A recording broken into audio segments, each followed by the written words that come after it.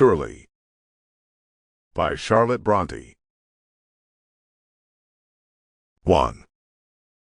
Levitical. Of late years an abundant shower of curates has fallen upon the north of England. They lie very thick on the hills. Every parish has one or more of them. They are young enough to be very active, and ought to be doing a great deal of good.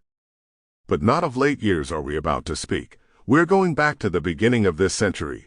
Late years, present years are dusty, sunburned, hot, arid. We will evade the noon, forget it in siesta, pass the midday in slumber, and dream of dawn. If you think, from this prelude, that anything like a romance is preparing for you, reader, you never were more mistaken. Do you anticipate sentiment and poetry and reverie? Do you expect passion and stimulus and melodrama? Calm your expectations, reduce them to a lowly standard. Something real, cool, and solid lies before you, something unromantic as Monday morning, when all who have work wake with the consciousness that they must rise and betake themselves thereto.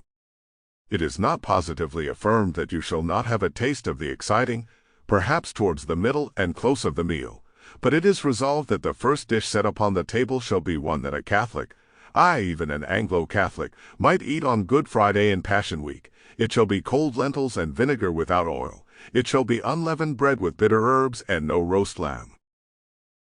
Of late years, I say, an abundant shower of curates has fallen upon the north of England, but in 1811-12 that affluent rain had not descended. Curates were scarce then. There was no pastoral aid, no additional curate society to stretch a helping hand to worn-out old rectors and incumbents, and give them the wherewithal to pay a vigorous young colleague from Oxford or Cambridge. The present successors of the apostles, disciples of Dr. Pusey and tools of the propaganda, were at that time being hatched under cradle blankets, or undergoing regeneration by nursery baptism in wash-hand basins. You could not have guessed by looking at any one of them that the Italian iron double frills of its net cap surrounded the brows of a preordained, specially sanctified successor of St. Paul, St. Peter, or St. John. Nor could you have foreseen in the folds of its long nightgown the white surplice in which it was hereafter cruelly to exercise the souls of its parishioners, and strangely to nonplus its old-fashioned vicar by flourishing aloft in a pulpit the shirt-like raiment which had never before waved higher than the reading desk.